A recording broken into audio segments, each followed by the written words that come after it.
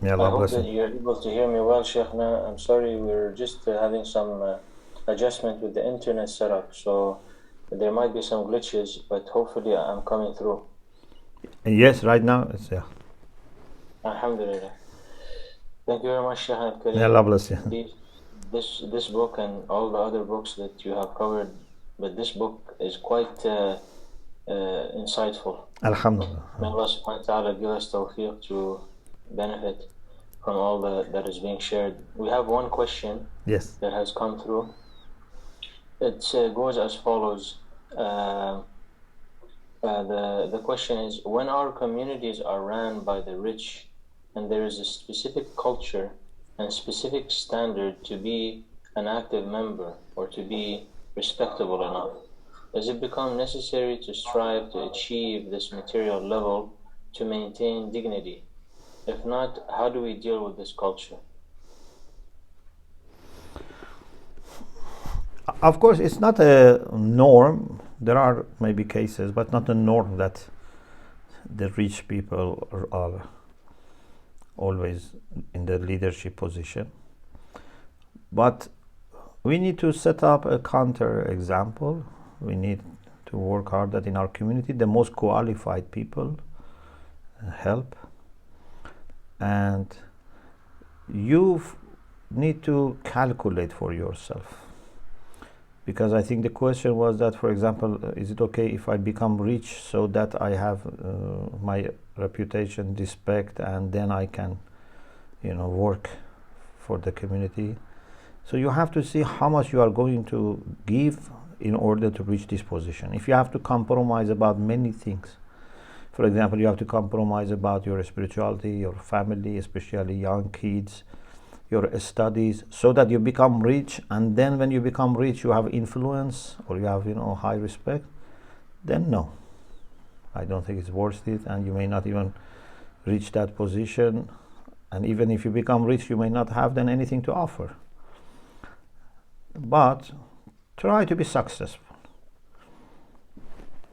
whatever is your job, whatever is your position. If you are a student, be a great student. If you are a scientist, be a great scientist. If you are a teacher, a great teacher. If you are a farmer, a driver, whatever, try to be successful and spend your time on learning, on family, on ibadah, and inshallah community will appreciate. It's not worth spending lots of time on becoming rich so that then we become, for example, elected and become president of community so that we can bring change. I think people also would consider other factors.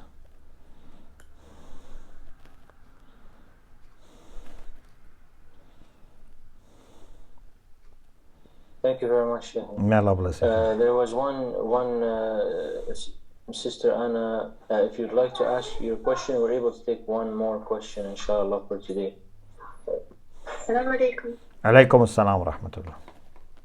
I have this very random question, but I was wondering, I heard something, it was about the discussion of two modern philosophers, and well, it was it was not something very serious, but anyway, what they mentioned is when ancient Greeks talk about wine, they're not talking about the modern alcoholic wine, but they are talking about a drink that required some special ritual preparation, and it's important the way you look at it, like the way you do it.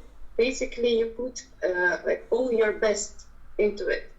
So it made me think about the poetry that we have when they talk about the wine of divine love, and they use wine a lot. So what I'm wondering now is, do they mean because is there any evidence that they are actually talking about the drunkenness? They're talking about this type of wine that we're thinking of, or are they talking about that type of wine? Because they were those philosophers were speaking about it in the context that if you get it, you get like some super wisdom. So it's not about getting drunk, but it's about getting something very special. I don't know if that was in philosophy, maybe in spirituality.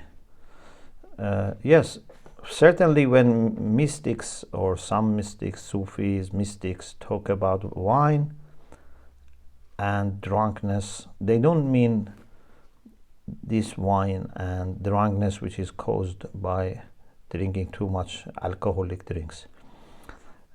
They mean by wine something that when you take it, it would reduce your worldly concerns, your aql, which is what we call aql ma'ash. Sometimes aql is used as the reason which is only concerned about worldly life. Too much considerations, what this person said, what that person thinks about me, what people think about my car, etc., my money, salaries. This aql ma'ash, opposite to aql ma'ad. So aql ma'ash brings always concerns, always worries, stress.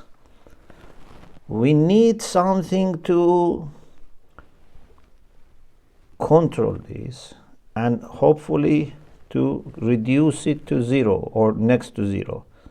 That wine helps. That wine makes this aql ma'ash not able to cause a stress. But then the real aql now is able to function. So someone who is drunk with the love of Allah or with this type of wine, his aql now is working without stress on real issues. Suppose you have two aql. One is little, but too noisy. The other one is great but too shy or too quiet. This one which is too noisy doesn't let the other one really function. You have to make this quiet so that the other one can function. That mystical wine helps here. And also, it's very powerful. So, if you get it, it doesn't take too long to reach this point. So, they use it in this symbolic way, not the wine which is in the bottle. They use some similarities to make a symbolic use of wine, but it's not really this wine which is haram to drink. And maybe those people that you mentioned, maybe they used it in this spiritual sense. It was actually what you said was very much in line with what he was saying, but he added some humor to it, I think. Mm-hmm. Because he was talking, I think I'm talking about Alexander Dugin, actually, he's a very famous Russian philosopher. Mm-hmm. He was talking about him and his teacher because someone asked the question. He was meeting with youth online. He's very open, sometimes he likes to meet with youth. So someone asked the question, does a philosopher become a super philosopher if he drinks wine? Mm-hmm. And he's the type of person you can ask him anything and he continues talking forever. So he actually replied in a serious way, and what he was saying before was very much in line and what he was saying after. So he was saying, me and my teacher were drinking wine, and I asked him why it doesn't affect us the way they talk the ancient Greeks talk. So his teacher said, because this is not this wine they're talking about. Yes. Yeah. Yes, they are not talking about this wine in the bottle. Allahumma salli ala Muhammad wa ala Muhammad.